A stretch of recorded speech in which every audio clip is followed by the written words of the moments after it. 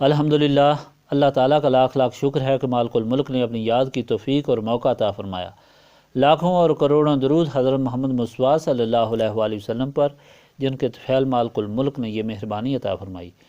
سامعین اکرام، اللہ تعالیٰ نے قرآن پاک میں ارشاد فرمایا،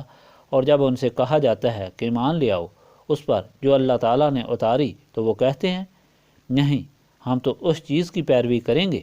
جس پر ہم نے اپنے باپ دادا کو پایا۔ کیا یہ اسی کی پیروی کریں گے؟ اگرچہ ان کے باپ دادا نہ کچھ سمجھ رکھتے ہوں اور نہ ہدایت رکھتے ہوں۔ اس شخص کی مثال جو کفر کرتا ہے اس کی طرح ہے جو دور سے آواز سنتا ہے اور سمجھتا نہیں۔ یہ بہرے، گونگے اور اندھے ہیں اور ان کو کوئی عقل نہیں۔ اللہ تعالیٰ کا فرمان سنانے سے پہلے جو بات آپ کو بار بار بتائی جاتی ہے وہ یہ ہے کہ اللہ تعالیٰ نے مخلوق کو پیدا کر کے اس کو اس کی اپنی عقل پر چھوڑ نہیں دیا، اس لیے کہ اگر انسان کو اپنی عقل پر چھوڑ دیا جاتا تو اس میں حیوانی خصلتیں غالب آ جاتی اور وہ گمراہ ہو جاتا، کیونکہ اس کے ساتھ شیطان اور نفس دو ایسے دشمن ہیں جن کے ساتھ اس کا مقابلہ مشکل ہے۔ اللہ تعالیٰ نے رحم فرمایا کہ مخلوق کے لیے ہر وقت اور ہمیشہ ہدایت کا سامان بھی پیدا فرمایا۔ قرآن پاک اسی ہدایت کا سلسلہ ہے، اور یہ وہ آخری کتاب ہے جو قیامت تک مخلوق کے لیے ہدایت ہے۔ اس لیے اس میں مخلوق خدا کے لیے ہر بات کو تفصیل کے ساتھ بیان کیا گیا ہے اور انہیں صحیح راستہ دکھایا گیا ہے، تاکہ ہر وہ شخص جو اللہ تعالیٰ اور اس کے رسول صلی اللہ علیہ وآلہ وسلم کے راستے پر چلنا چاہتا ہے اور اللہ تعالیٰ اور رسول اللہ صلی اللہ علیہ وآلہ وسلم کی ہدایت حاصل کرنا چاہتا ہے، وہ کسی جگہ بھی اپنے آپ کو مشکل میں نہ سمجھے۔ نبی پاک صلی اللہ علیہ وآلہ وسلم کی بعثت کے وقت نبی پاک صلی اللہ علیہ وآلہ وسلم نے اللہ تعالیٰ کے یہ احکام لوگوں کو سنائے، اور وہ ایسا وقت تھا کہ ساری مخلوق گمراہی کے سمندر میں ڈوبی ہوئی تھی، اور گمراہی کوئی ایک طرح کی نہیں تھی، یہ کئی قسم کی گمراہی تھی۔ شیطان نے کئی طریقوں سے مخلوق کو اپنے پنجوں میں جکڑا ہوا تھا۔ کہیں مخلوق خدا کو اس طرح گمراہ کیا ہوا تھا، ہر چیز کا الگ خدا ہے، اور جو چیز تم مانگنا چاہتے ہو اس خدا سے مانگو۔ چانچہ وہ لوگ طرح طرح کے بت بنا کر رکھتے تھے اور اسی طرح مختلف خداؤں سے مختلف التجائیں کرتے تھے۔ جو لوگ اہل کتاب تھے ان کو بھی شیطان نے اس طرح گمراہی کے پنجے میں جکڑا ہوا تھا، ان پر نفسانی خواہشات کو غالب کیا ہوا تھا، اور ان نفسانی خواہشات کی وجہ سے وہ اللہ تعالیٰ کے احکام پر توجہ نہیں دیتے تھے، بلکہ اپنی خواہش کے مطابق اللہ تعالیٰ کے احکام مخلوق خدا کو سناتے تھے، اور اپنے اعمال بھی اسی طرح سے نفسانی خواہشوں کے مطابق کرتے تھے۔ نبی پاک صلی اللہ علیہ وآلہ وسلم نے آ کر ان کی ساری غلط روایتوں کی تردید فرمائی اور بیان فرمایا یہ سب غلط باتیں ہیں، اصل طریقہ یہی ہے جو حضرت آدم سے لے کر حضرت عیسیٰ تک بتایا گیا، وہی سارا طریقہ میں آپ کو بتا رہا ہوں۔ جو اس طریقہ میں کمی رہ گئی ہے میں اس کو پورا کر رہا ہوں، اور وہی باتیں آپ کو یاد دلا رہا ہوں۔ اگر اللہ تعالیٰ یہ چاہے کہ تمہاری بہتری ہو، کیونکہ اللہ تعالیٰ کی یہی رضا ہے کہ تمہیں فائدہ پہنچے، تو یاد رکھو کہ تمہاری عبادت سے اللہ تعالیٰ کو کوئی فائدہ نہیں، اور تمہاری گمراہی سے اللہ تعالیٰ کا کوئی نقصان نہیں۔ اگر تم اللہ تعالیٰ کے راستے پر چلو گے اور اسی کی عبادت کرو گے تو اس میں تمہارا ہی فائدہ ہے، اس لیے میں تمہارے فائدے کے لیے ہدایت لے کر آیا ہوں۔ آپ صلی اللہ علیہ وآلہ وسلم نے ان کو قرآنی احکامات سنائے جن میں بڑی حکمتیں تھیں۔ ایک یہ کہ تم نفسانی خواہشات چھوڑ دو، اللہ تعالیٰ کے حکم کی طرف دیکھو، پھر تمہیں صحیح ہدایت میسر آ جائے گی۔ اور اللہ تعالیٰ کا حکم یہ ہے کہ اس کے سوا کوئی معبود نہیں۔ یہ بت جو تم بناتے ہو، ان سے مرادیں مانگتے ہو،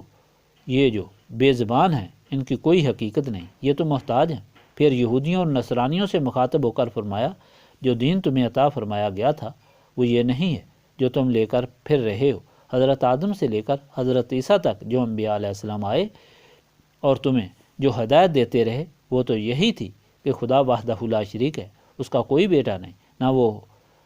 نہ ہی وہ کسی کا بیٹا ہے۔ تم گمراہ ہو گئے ہو، تم نے حضرت عزیر کو اور حضرت عیسیٰ کو اللہ تعالیٰ کا بیٹا بنا دیا ہے،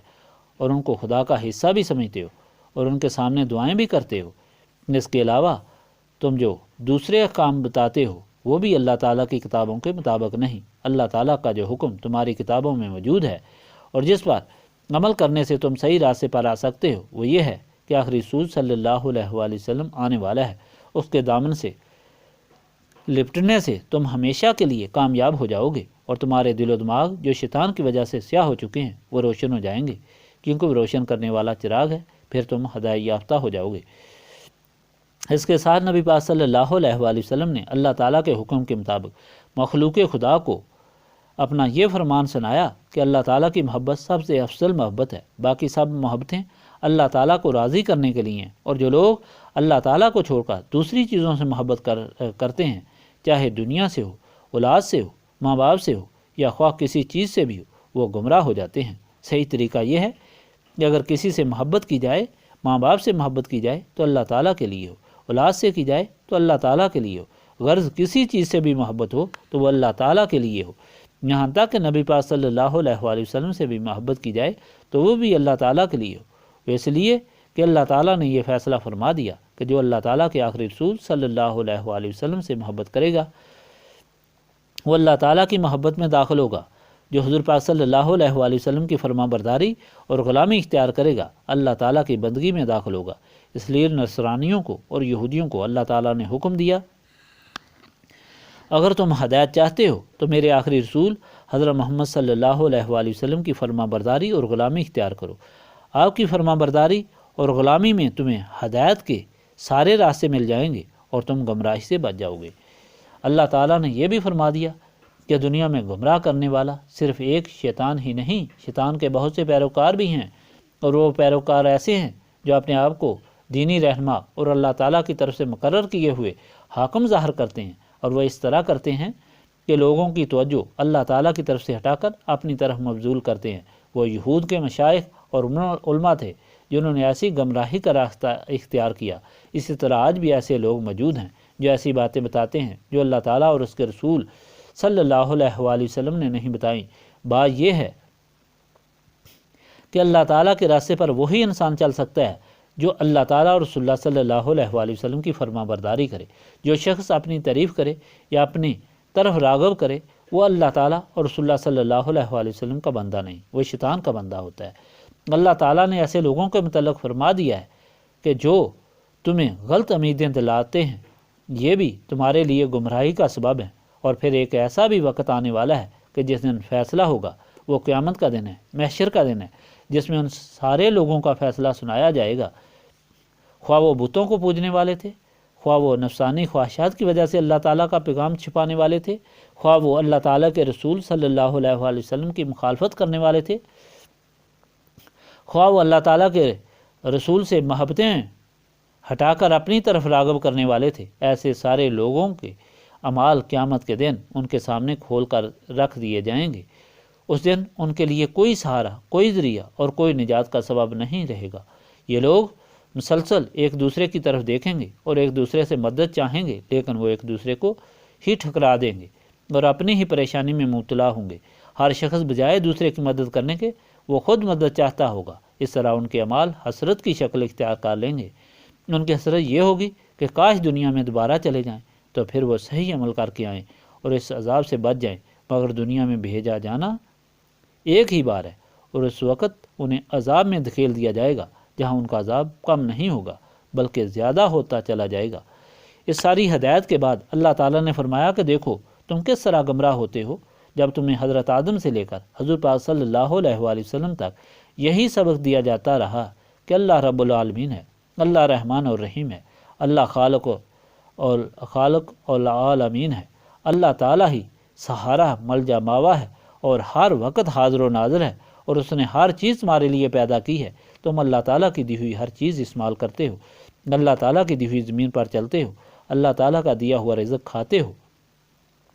اللہ تعالیٰ کی دی ہوئی آنکھوں سے دیکھتے ہو، اللہ تعالیٰ کی دی ہوئی زبان سے بولتے ہو، اللہ تعالیٰ کی دی ہوئی عقل سے سمجھتے ہو۔ ہر طرح، ہر لمحہ، ہر لحظہ تم اللہ تعالیٰ کی دی ہوئی نعمتوں سے فائدہ اٹھاتے ہو، لیکن اس کے باوجود تم اللہ تعالیٰ کی طرف متوجہ نہیں ہوتے بلکہ شیطان کی طرف متوجہ ہوتے ہو جو تمہارا دشمن بنا ہے، اور وہ ہر وقت تمہاری دشمنی میں لگا ہوا ہے۔ ایک طرف اللہ تعالیٰ جو تمہیں سب کچھ عطا فرما رہا ہے اور اپنی نعمتوں کی طرف بلا رہا ہے، اور دوسری طرف تمہارا دشمن ہے جو تمہیں تباہی اور بربادی کی طرف بلا رہا ہے، وہ تمہیں برائی اور بے حیائی کا سبق دے رہا ہے جو تمہارے لیے تباہی کا سامان ہے، اور تمہیں ہلاکت کی طرف بلا رہا ہے۔ تم عقل سے کام لو اور شیطان سے نفرت کر کے اللہ کی پناہ میں آ جاؤ، اللہ تعالیٰ کی پناہ میں رہ کر تم وہ نعمتیں حاصل کرو جو دنیا اور آخرت میں تمہارے لیے ہیں۔ اللہ تعالیٰ کے ارشاد کے ضمن میں آپ کے سامنے یہ بیان کیا گیا ہے کہ یہ بات معلوم کرنی چاہیے کہ اللہ تعالیٰ کے فرمان کون سے ہیں اور کون سے فرمان شیطان کی طرف ترغیب دینے والے ہیں۔ ہر لحظہ انسان کے سامنے بے شمار پیچیدگیاں پیش آتی ہیں۔ اللہ تعالیٰ کی طرف بلانے والی باتوں اور شیطان کی طرف بلانے والی باتوں میں تمیز کرنے کے لیے انسان کے دل و دماغ کو ایک روشنی کی ضرورت ہے، اور وہ روشنی نسبت رسولی صلی اللہ علیہ وآلہ وسلم سے حاصل ہوتی ہے۔ جو لوگ نبی پاک صلی اللہ علیہ وآلہ وسلم سے نسبت قائم کر لیتے ہیں اور حضور پاک صلی اللہ علیہ وآلہ وسلم کی غلامی اختیار کر لیتے ہیں، اس نسبت سے ان کے دل و دماغ روشن ہو جاتے ہیں، اور پھر ان کو اپنے سامنے دونوں راستے عیاں نظر آتے ہیں، ایک اللہ تعالیٰ کا اور دوسرا شیطان کا۔ پھر ان کو یہ طاقت بھی حاصل ہوتی ہے، ہمت بھی حاصل ہوتی ہے کہ وہ اللہ تعالیٰ کے راستے پر چلتے ہیں اور شیطان کے راستے سے نفرت کرتے ہیں اور اسے بچتے ہیں۔ لیکن جو لوگ اس نسبت کو حاصل نہیں کرتے، ان کا حال یہ ہوتا ہے کہ ان کو یہ معلوم نہیں ہوتا کہ اللہ تعالیٰ کا راستہ کون سا ہے اور شیطان کا راستہ کون سا ہے، باوجود ہدایت کے، باوجود دیکھنے کے، باوجود سننے کے، پھر بھی وہ اتنی مشکل میں پڑ جاتے ہیں کہ وہ گمراہی میں داخل ہو کر شیطان کے پنجے میں چلے جاتے ہیں۔ ایسے لوگوں کا حال اللہ تعالیٰ بیان فرماتا ہے کہ جب لوگوں کو اللہ تعالیٰ کے راستے پر بلایا جاتا ہے کہ تم اس حکم پر چلو جو اللہ تعالیٰ نے نازل فرمایا ہے، جو اللہ تعالیٰ کا آخری رسول صلی اللہ علیہ وآلہ وسلم لے کر آیا ہے، جس کا نام قرآن پاک ہے، یہی تمہارے لیے ضابطہ حیات ہے، اس میں تمہارے لیے سارے قوانین موجود ہیں، مگر وہ لوگ جو نسبت رسولی صلی اللہ علیہ وآلہ وسلم رکھنے والے نہیں اور جن کے دماغ سیاہ ہو چکے ہیں، وہ ہدایت اور اچھائی کا یہ راستہ اختیار نہیں کرتے، حالانکہ انہیں ہمیشہ ہدایت دی جاتی رہی ہے اور ان پر کتب سماوی بھی نازل ہوتی رہی ہیں۔ یہ لوگ اپنی ساری زندگی جو روزانہ گزارتے ہیں، اس سے بھی قدم قدم پر ہدایت کا پتہ چلتا ہے، اس کے باوجود وہ ہدایت پر نہیں چلتے اور وہ گمراہی کے راستے پر چلتے ہیں۔ وہ صاف جواب دیتے ہیں کہ ہمیں اچھائی کے راستے پر آنے کی ضرورت نہیں، ہم تو اس راستے پر چلیں گے جس پر ہمارے باپ دادا چلے۔ اللہ تعالیٰ فرماتا ہے اگر تم اس راستے پر چلنا چاہتے ہو جس پر تمہارے باپ دادا چلے تو جس طرح وہ گمراہ تھے اسی طرح تم بھی گمراہ ہو جاؤ گے۔ اگر وہ دوزخ کا ایندھن بنے ہیں تو تم بھی دوزخ کا ایندھن بنو گے، اگر وہ کچھ عقل نہیں رکھتے تو تم بھی کچھ عقل نہیں رکھو گے۔ انہوں نے ہدایت حاصل نہیں کی، تم بھی ہدایت حاصل نہیں کرو گے۔ یہ تمہاری بہت بڑی بد نصیبی ہے۔ تمہیں یہ معلوم ہونا چاہیے کہ ماں باپ کی عزت، باپ دادا کی عزت ہر لحاظ اللہ تعالیٰ کو راضی کرنے کے لیے ہوتا ہے۔ اللہ تعالیٰ سے مقدم کوئی چیز نہیں۔ اللہ تعالیٰ پر ماں باپ بھی قربان کیے جاتے ہیں،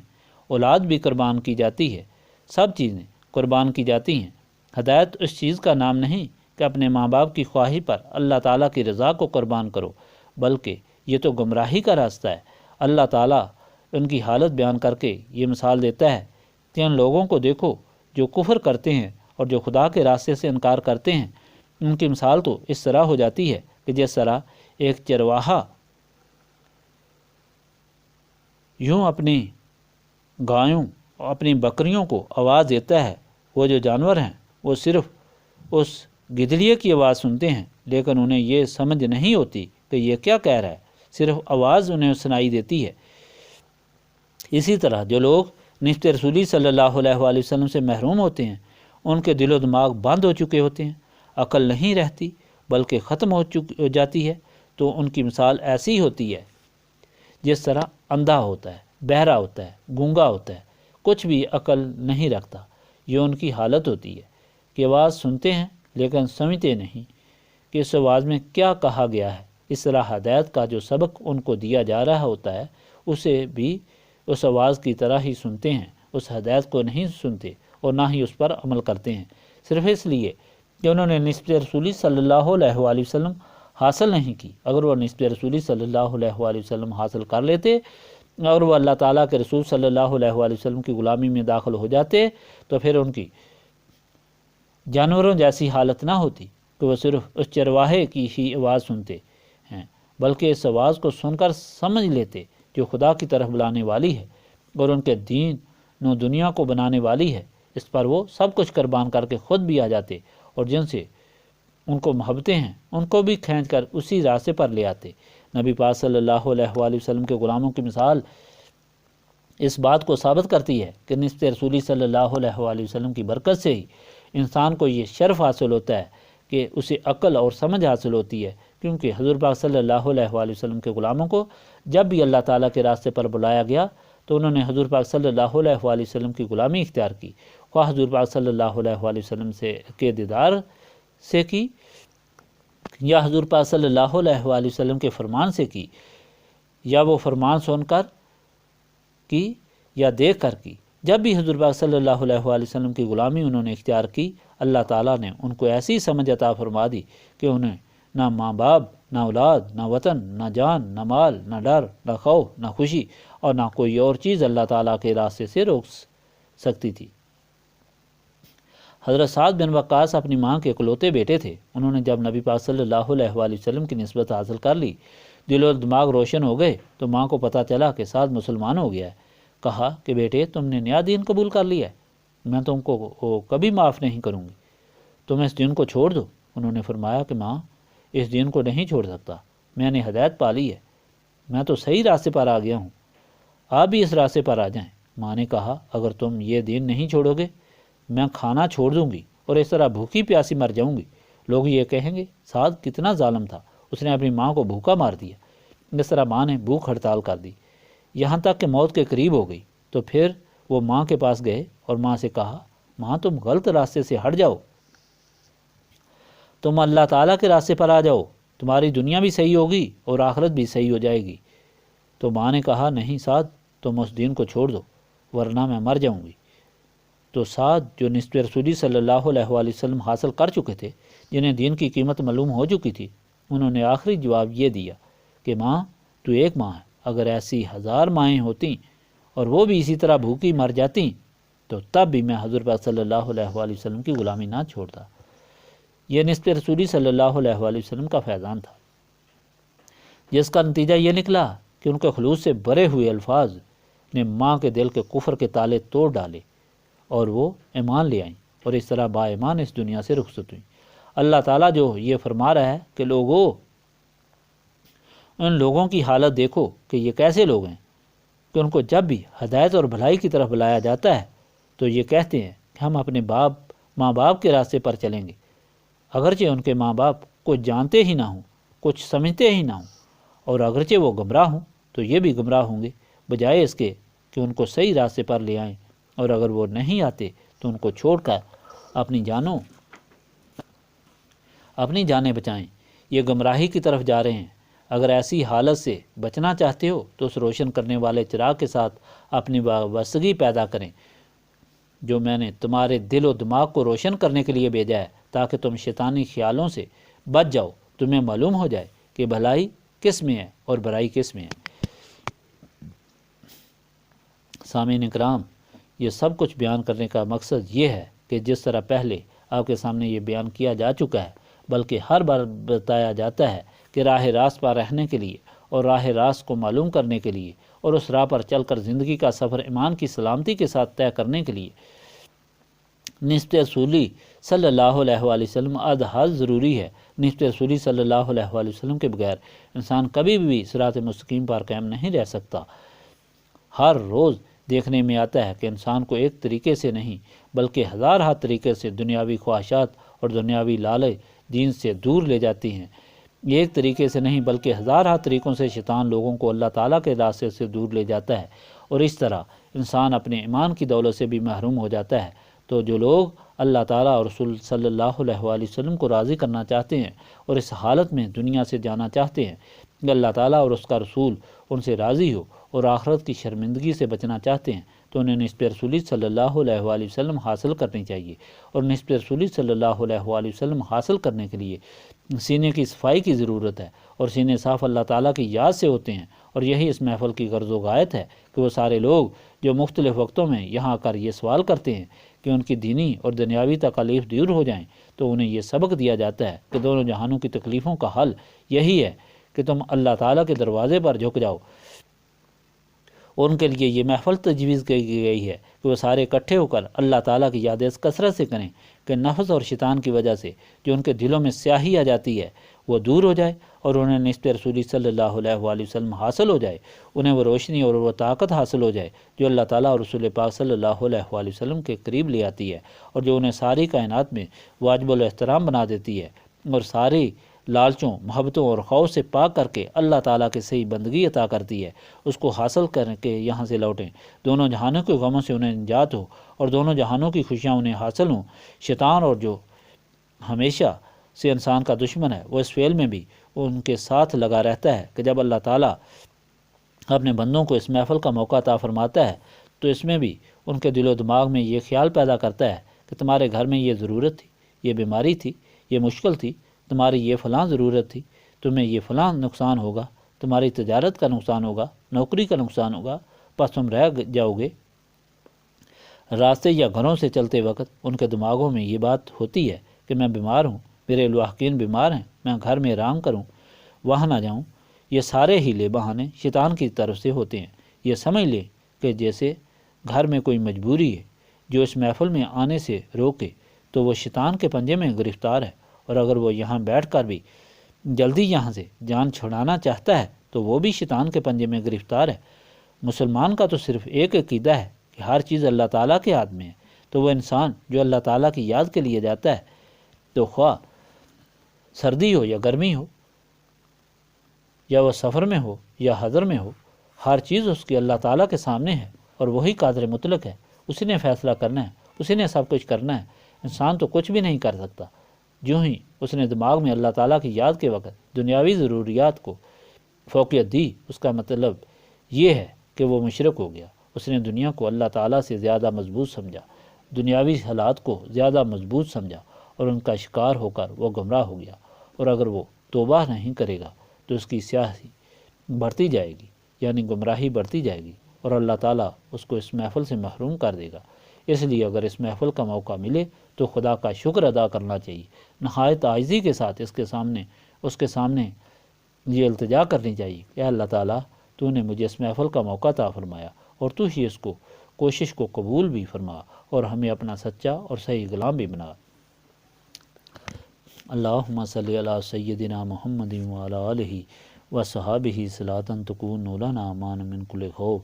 لا الہ الا انت سبحانک انی کنت من الظالمین، استغفر اللہ العظیم الذی لا الہ الا هو الحی القیوم واتوب الیہ، استغفر اللہ العظیم الذی لا الہ الا هو الحی القیوم واتوب الیہ، استغفر اللہ العظیم الذی لا الہ الا هو الحی القیوم واتوب الیہ۔ ربنا تقبل منا انک انت السمیع العلیم وتب علینا انک انت التواب الرحیم۔